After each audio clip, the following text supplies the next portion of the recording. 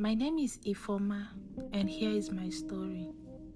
I've been married to my loving husband Chike for 5 long years. Our home is peaceful. My marriage is almost close to being perfect. My husband is very loving and kind. He is the man that every woman would dream to be married to. But there is a deep void that had haunted me since the day we exchanged our vows. Despite all our efforts, the one thing we longed for the most, a child, seemed out of reach. My husband, ever the optimistic, assured me that it would happen when the time was right, urging me not to stress. But as years passed without so much as a glimmer of hope, my anxiety grew. The whispers of my in-laws, the silent accusations, and the pitying looks from others cut deeper than any blade.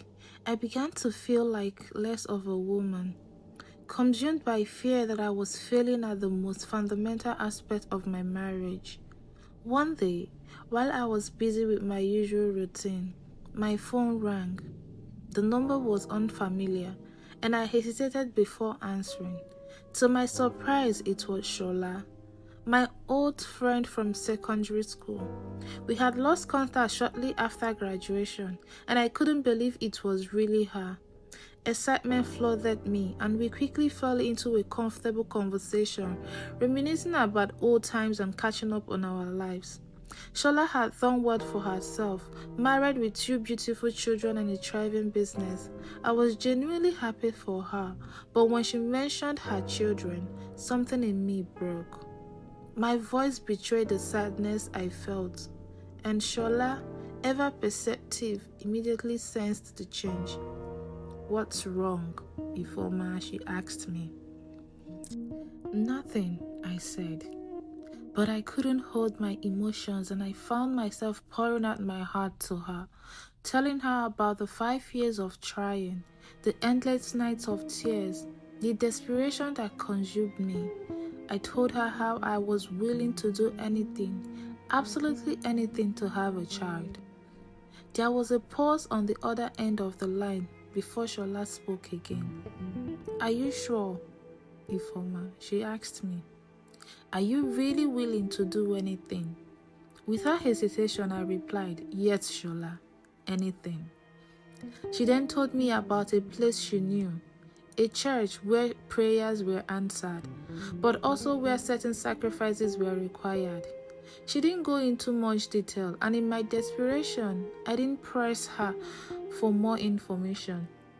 All I could think about was this might finally be the answer to my prayers. We set a date. On that fateful day, I found myself standing in front of a modest-looking church with Shola by my side. The building was unassuming, with people coming in and out, some with hopeful faces, others with a look of relief. Inside, we waited in silence until it was my turn for counseling. The room I was ushered into was simple, 2 chairs facing a small table. Behind the table sat a man and a woman, both of them in their mid-40s, and both exuding an air of authority. They were married and ran the church together. I barely had time to sit down before the man spoke. "You have been searching for a child for many years," he said. His voice was low and sure. My breath caught up in my throat. "Yes," I whispered. "You have come to the right place," his wife added, her eyes boring into mine. "After prayers and sacrifice, you will conceive within a month." Hope surged through me, and I shouted, "Amen," before I could stop myself. They asked me a series of questions about my husband, what he did for a living, and about me. I answered everything without hesitation, my mind focused solely on the promise they had made. Then came the conditions. I was to give a prayer offering of 1 million naira, and every Friday for the next 4 weeks, I was to spend the night with them. I was to have sexual intercourse with both man and woman, the pastor and his wife. The implications of that statement didn't fully register at first. But when they elaborated, my heart stopped. I was expected to engage in a forbidden act, a threesome with both of them. It was shocking, perverse even, but my desperation drowned out the alarm bells. All I could see was the end result, a child. And so, against every moral fiber in my body, I agreed. I transferred the money to the account they provided and left with a heavy heart, feeling as though I was walking on the edge of a cliff. I knew I couldn't tell my husband, Chike. He would never understand. I lied to him, telling him I was going for a vigil every Friday night. At first, he hesitated to accept, but I insisted and I pleaded, and eventually he relented. The first Friday came, and I felt like I was sleepwalking through my day. The drive to the church was a blur, my mind replaying their words over and over and over again. I was ushered into the same room, but this time the atmosphere was different. It was darker, more intimate. And the reality of what I was about to do hit me like a ton of bricks. But I was too far in to turn back. As the night unfolded, I felt like I was in a nightmare I couldn't wake up from.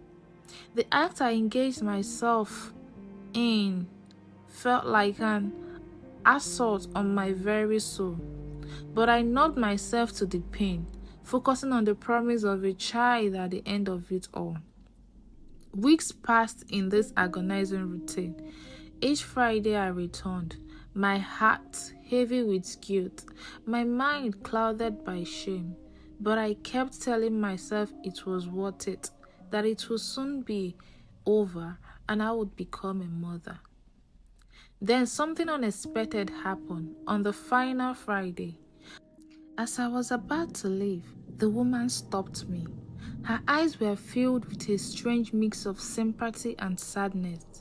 "You have done well, Ifeoma," she said softly. "But remember, the price for what you seek is not just what you have paid. The real cost will reveal itself in time." That left me so confused. I left the church that night with a sense of unease that I couldn't shake. The days turned into weeks, and true to their word, I discovered I was pregnant.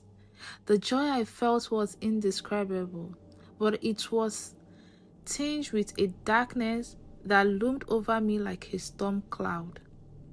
As my belly grew, so did the feeling that something wasn't right. My husband Chike was overjoyed, completely unaware of the turmoil inside me. But as the months went on, strange things started happening.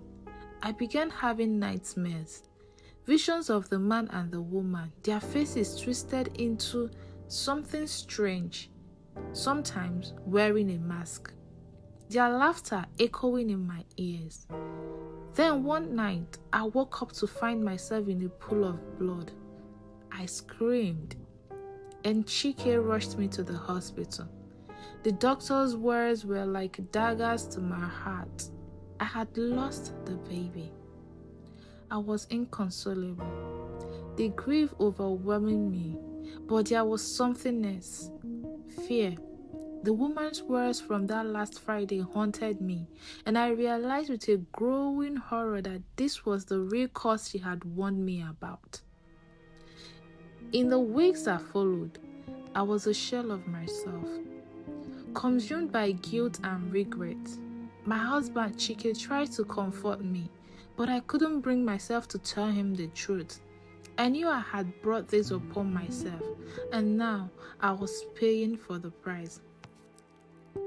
Shola called me a few times, but I couldn't bear to speak to her. Eventually, I changed my number, cutting off all contact with her and the church. The scars from that time remained, a constant reminder of the length I went out of desperation. I've learned that some sacrifices are too great, and some doors shouldn't never be opened. I carry that lesson with me every day. A cautionary tale of the dangers of forsaking one's morals for the sake of a dream. I still dream of having a child someday, but I know that it must come in its own time, in its own way. For now, I'm learning to find peace with where I am and to trust that what is meant for me will never pass me by. And that is the end of how I almost lost everything in my quest for a child. It's a story I share not to be pitied, but as a warning to others. To be careful what you wish for, and to remember that some costs are too high to pay.